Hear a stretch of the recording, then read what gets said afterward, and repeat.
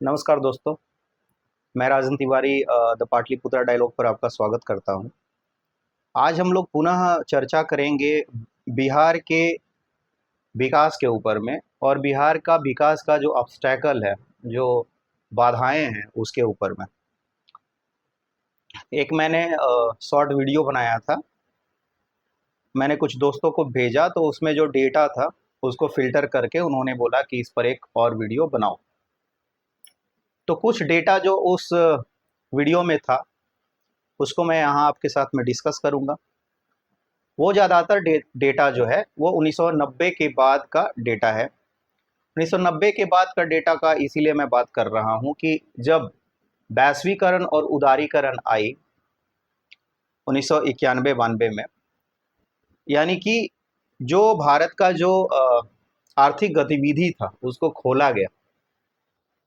प्राइवेटाइजेशंस बहुत सारे डिपार्टमेंट में नहीं थे, प्राइवेट सेक्टर के जो प्लेयर्स थे उनको आने के लिए मनाही था, रोक था, या फिर बहुत सारे ऐसे रूल्स और रेगुलेशंस थे जिसके कारण प्राइवेट प्लेयर्स नहीं आ पा रहे थे। जैसे दवा का कुछ सेक्टर था या फिर टेलीकॉम का सेक्टर था। तो बहुत ही एक बड़े पैमाने पे प्राइवेट प्लेयर्स को भी उन सेक्टरों में खेलने का मौका मिला व्यापारिक दृष्टिकोण से। उसी दरमियान बिहार में एक ऐसी सत्ता ने अपनी दखल दी, ऐसे लोगों ने दखल दिया सत्ता में, बिहार के सत्ता में, जो बिहार और झारखंड कंबाइन था, संयुक्त था उस समय, जिन्होंने विकास को तरजीह न देते हुए समाज को एक तरह से एक्युमुलेट करके, एक गोलबंदी करके, और उन्होंने अपना पॉलिटिक्स जारी रखा। राजनीति जो है बड़े पैमाने पे विकास का वाहक है। विकास के कार्यों को राजनेता अपने तरीके से करा सकते हैं, नए नए चीज़ों को अपना सकते हैं, और इसको देखा जाए तो हम बड़े बड़े देशों के परिप्रेक्ष्य में ये देख सकते हैं। अमेरिका के परिप्रेक्ष्य में हो, चाहे रसिया के परिप्रेक्ष्य में हो, चाहे चाइना के ही परिप्रेक्ष्य में आप देख सकते हैं। भारत में भी बहुत विभिन्न तरह के जो जैसे आंध्र प्रदेश को अगर आप देखिएगा तो हैदराबाद अभी के दिन में आईटी सेक्टर में बंगलोर को टक्कर देने वाला है। तो ये क्यों हुआ? क्योंकि वहाँ की जो लीडरशिप थी उन्होंने उस तरीके से काम किया, उस तरीके से अप्रोच रखा, अपने को अपडेट करते रहे। बिहार के परिप्रेक्ष्य में मैं वो डेटा का यहाँ पर मैं डेटा डिस्क्लोज करने वाला हूँ। वो जो डेटा था वो एक्चुअली में एक डॉक्टरेट पेपर था, संतोष मैथ्यू का लिखा हुआ, जो पूर्व आईएएस रहे हैं, और उसमें एक और प्रोफेसर थे जो कि रहने वाले थे इंग्लैंड के।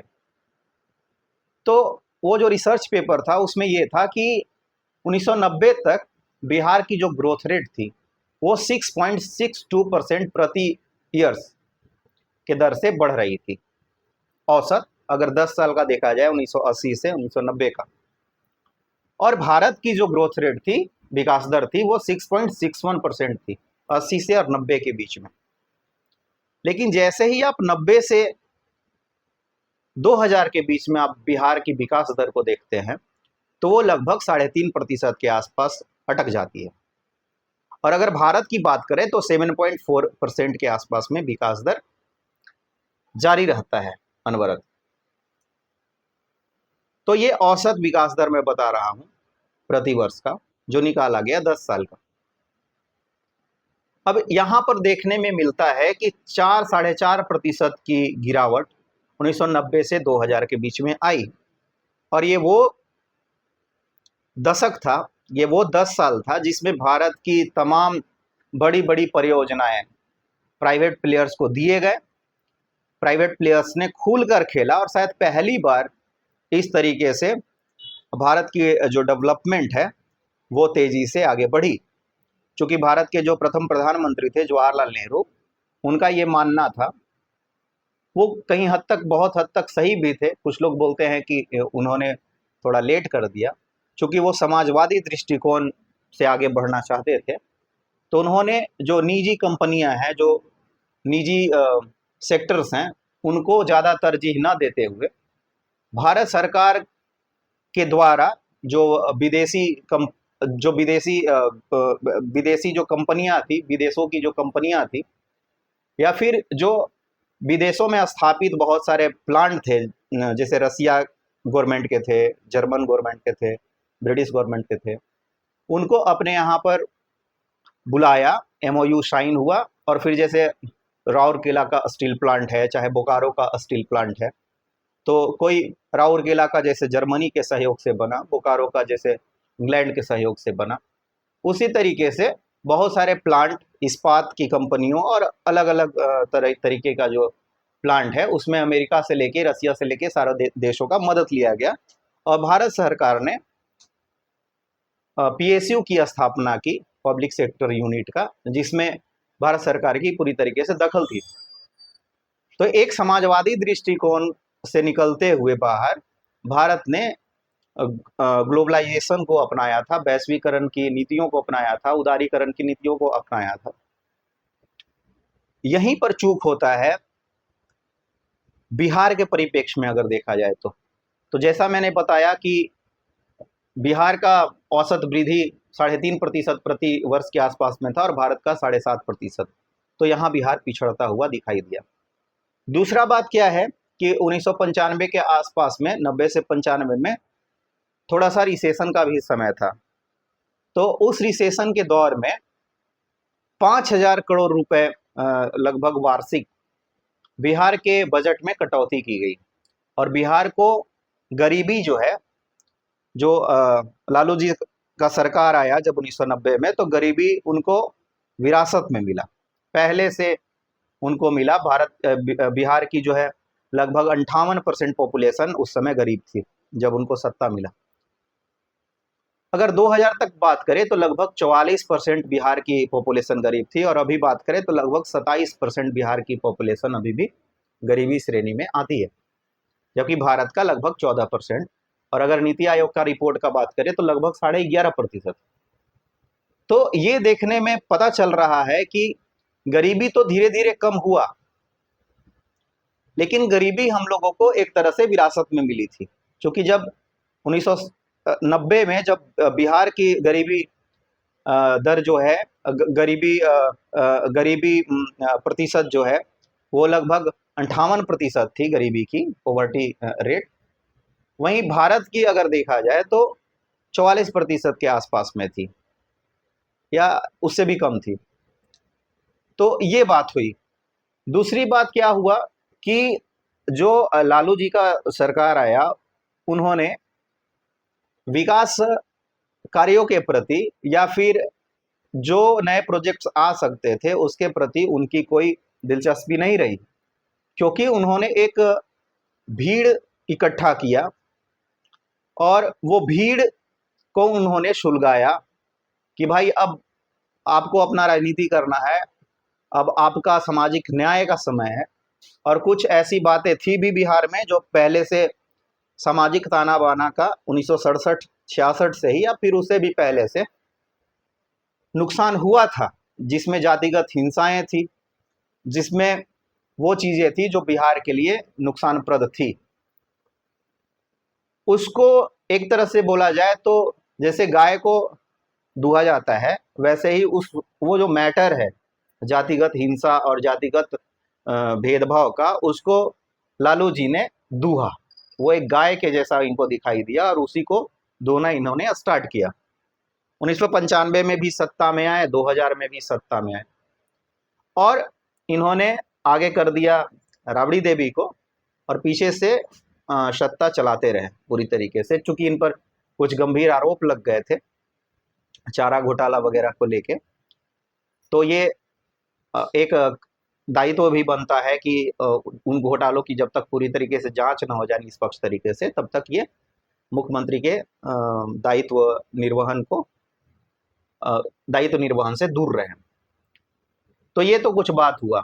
दूसरी और भी घटनाएं थी जिन्होंने बिहार के अंदर में जो प्राइवेट प्लेयर्स हैं उनको आने में दिक्कतें पहुंचाई। एक तो था मैं 2000 से 2005 के बीच का डेटा बताता हूं आपको। लगभग 10 मर्डर, 10 हत्याएं प्रतिदिन होती थी, लूट की घटनाएं भी होती थी। और 2000 से लेके 2005 के बीच में, जब लालू जी का ही सरकार था, लगभग एक अपहरण डेली होता था औसत, फिरौती के लिए। और इसमें नेता लोग भी शामिल होते थे बहुत सारे केसेस में, उनके उनके तंत्र शामिल होते थे। इनके कई ऐसे लोग थे जिनको बाद में सजा भी मिला और बाद में उन पर बहुत गंभीर आरोप लगे। तो किसी भी निवेश के अगर परिप्रेक्ष्य में देखा जाए तो इन्वेस्टमेंट वहां आएगा जहां पर लॉ एंड ऑर्डर अच्छा रहेगा। तो यदि 10 हत्याएं प्रतिदिन हो रही है तो कितनी भी अच्छी कंपनी हो, कितनी भी बड़ी कंपनी हो, वो आने से हिचकेगी। और यही वो दौर था जब आईटी सेक्टर्स इंडिया के लिए खुला था, और बंगलोर से लेके और महाराष्ट्र में पुणे और मुंबई से लेके हैदराबाद और दिल्ली के आसपास के नोएडा, ग्रेटर नोएडा और गुड़गांव में भी कई कंपनियां लग रही थी। ऑटोमोबाइल सेक्टर का भी आप देखिएगा तो ज़्यादातर कंपनियां इस दौरान ही एक्सपेंशन अपना की, 1990 से लेके 2005 के बीच में। उन दिनों में जब झारखंड 1990 से 2000 के बीच में साथ में था, एक बहुत बड़ा पोटेंशियल था जिसको बिहार जो है अपने हक के लिए ले सकती थी। बहुत बहुत बड़ा क्षमता था, लेकिन यहाँ पर वो क्षमता का दोहन नहीं हो पाया।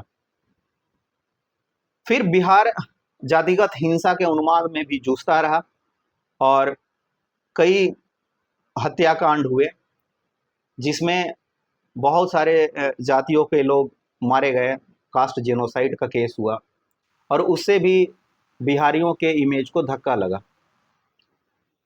इसके बावजूद बिहारी सुधरने का नाम नहीं ले रहे थे। उन्होंने 95 में भी वही गलती की। लोकतंत्र में क्या होता है कि 5 साल आपको इसीलिए दिया जाता है कि आप अपने विकास को प्रूफ करें, लेकिन भारतीय राजनीति में देखा जा रहा है साउथ से लेके नॉर्थ तक जातिगत आधार पर और धार्मिक आधार पर ध्रुवीकरण हो रहा है और विकास की कहीं चर्चा नहीं हो रही।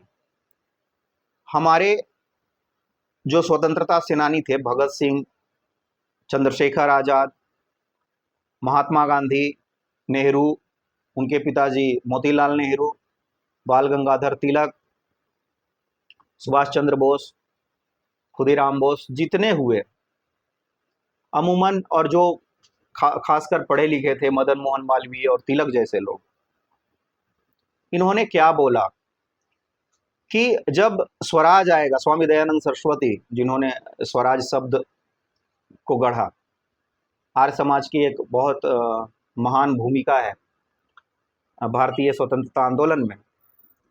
तो इन्होंने जब स्वराज को गढ़ा, इन्होंने जब किताबें लिखी, थॉट्स दिया, तो उस समय ये कहा गया कि हम स्वराज लेंगे, हम खुद से अपना शासन करेंगे। तो शासन किसके लिए? एक तो लॉ एंड ऑर्डर को बनाए रखने के लिए और दूसरा विकास के लिए। लेकिन अगर इसको आज के परिप्रेक्ष्य में देखा जाए या 1990 से 2005 के परिप्रेक्ष्य में बिहार के दृष्टिकोण से देखा जाए तो यहाँ ना तो शासन थी और नहीं यहाँ विकास था। तो मैं तो इसके लिए सबसे बड़ा दोषी मानता हूँ बिहार के लोगों का ही, जिन्होंने सामाजिक ताने बाने को नुकसान पहुंचाया खुद से और झूठी सामाजिक न्याय के आड़ में किसी ऐसे व्यक्ति को के हाथ में सत्ता दे दिया जिन्होंने पूरा बिहार को बर्बाद कर दिया। अब झूठी सामाजिक न्याय मैं क्यों कह रहा हूं? 2000 और 1995 के इलेक्शंस में जो आप देखेंगे उसमें लगभग नॉन यादव का टोटल ओबीसी का अगर एमएलए का देखेंगे तो लगभग 35%, मतलब 243 का 35% निकाल लीजिए, वो संख्या थी ओबीसी के एमएलए की। और उसमें से अकेले यादव बिरादरी की जो एमएलए की पॉपुलेशन थी प्रतिशत में, वो लगभग 23% के आसपास थी। यानी कि 2:1 रेशियो था यदि आप 90 से लेके देखेंगे 2005, यानी कि 2 विधायक नॉन यादव ओबीसी, एक विधायक नॉन यादव ओबीसी और 2 विधायक यादव ओबीसी बिरादरी से। 63% कुल जनसंख्या है बिहार में ओबीसी की, और उसमें से जो 14% जनसंख्या है वो यादव समाज की थी। और उसमें अगर आप देखिएगा विधायकों की संख्या, तो उनका 2 गुना था दूसरे और भी सभी जातियों का मिलाकर ओबीसी का। तो ये कौन सा सामाजिक न्याय हुआ? दूसरा और भी बिरादरी है एससी और एसटी का। एसटी का चूंकि शामिल था झारखंड, तो उनकी जो विधायकों की संख्या थी वो लगभग 9-10 ऐसे % में रहती चली गई। यानी कि आप अगर ऐसे देखिएगा तो लगभग 25 के आसपास में विधायक उनके हमेशा रहे। यदि आप एससी की बात कीजिएगा तो उनका भी जो प्रतिशत है वो लगभग 11-12% के आसपास में हमेशा रहा। वो 1990 के पहले भी वैसे ही था, बाद में भी वैसे ही रहा।